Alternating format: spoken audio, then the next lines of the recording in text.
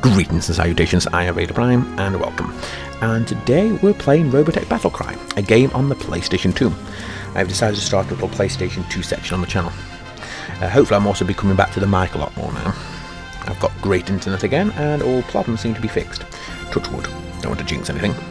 If you have a PlayStation 2 game that you'd like to perhaps see, either one you've played before, or just something curious about, leave a comment and I'll see if I can try to get it and play it. Some of these games can get quite expensive considering their age. But let's jump straight into it. So, story mode.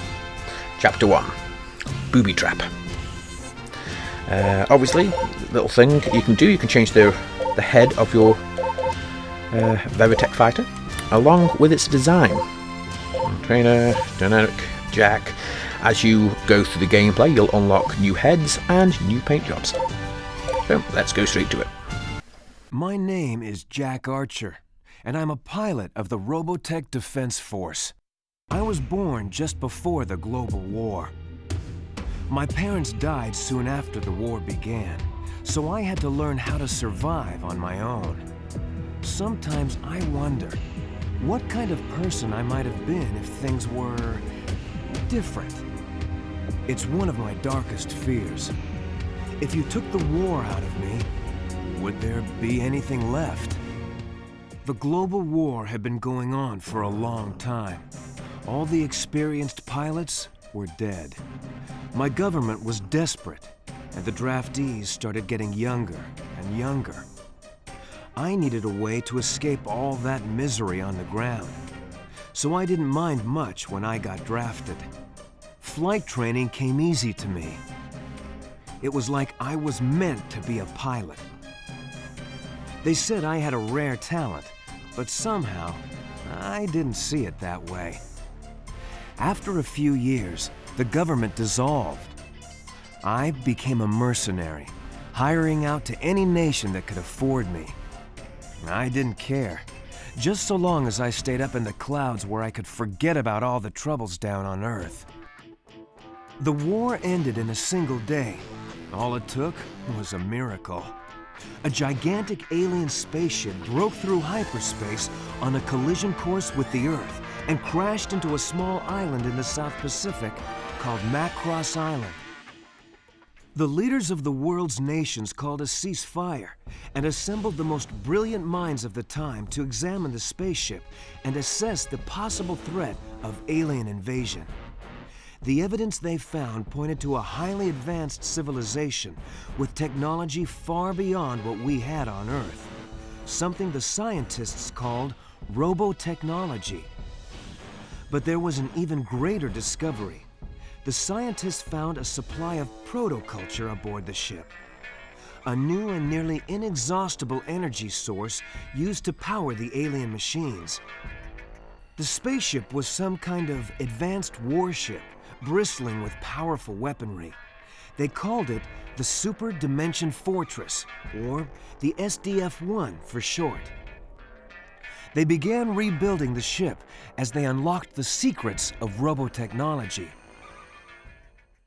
After the arrival of the SDF-1, work kind of dried up for a while. With the war over, no one wanted to hire mercenaries. The world was at peace for the first time I can remember, and I was starting to get used to the idea. Those were happy times.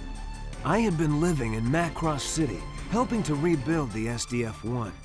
I was just getting used to my new life when Roy Fokker, the legendary Skull leader himself, recognized me as I was getting off work.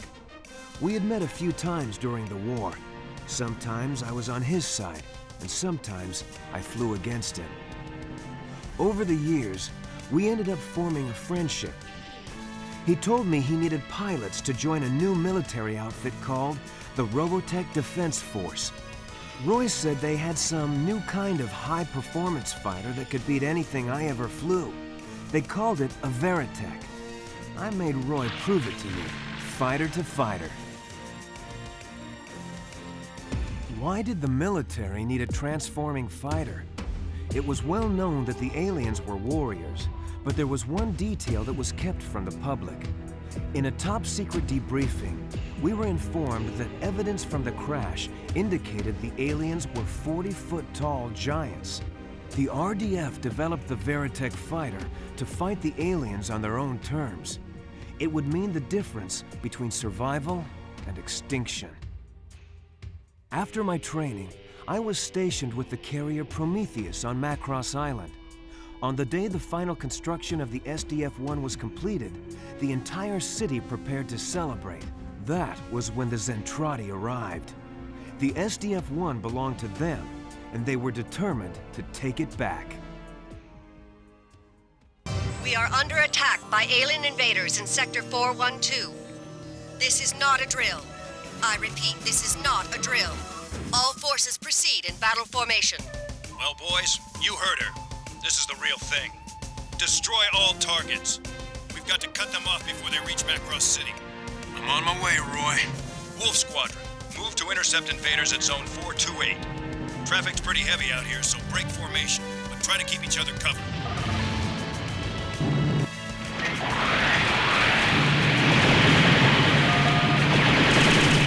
Right, here we are. Need to take out these Zentradi battle pods. Ooh, I did used to love this game in the past. I don't think it's aged too badly. I mean, it isn't all open world, but look at the charm. Zentradi battle pods. Now, just like in the cartoon, or anime, or show, or whatever you want to call it, your fighter can transform into 3 different things. You've got fighter, you've got guardian, and then you've got battleoid.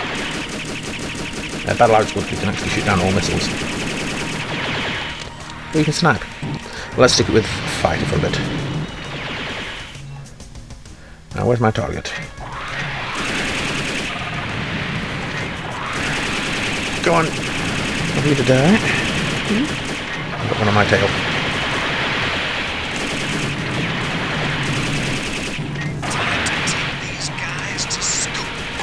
Oh, I do miss these sort of games.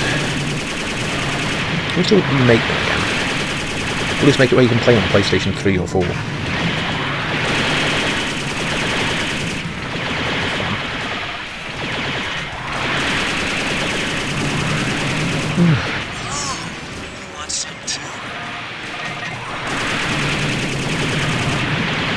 It was the third thing that actually got me into Robotech as well.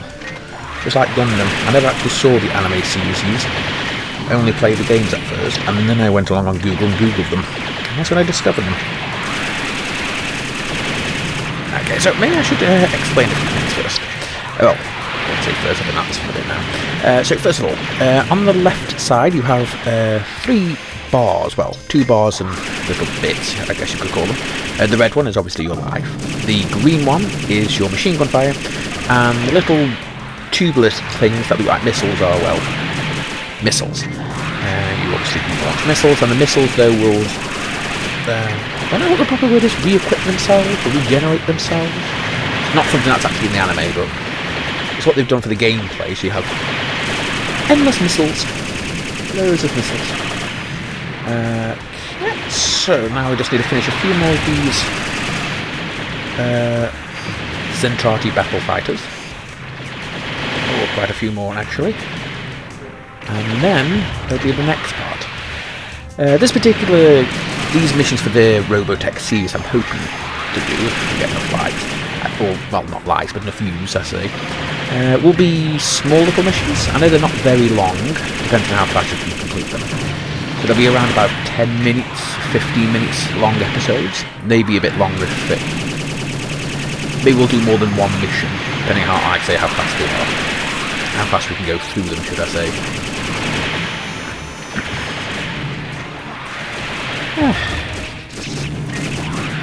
So yeah, we're almost done here. Here we go. Stay glued to that radar. This island is still crawling with bogies.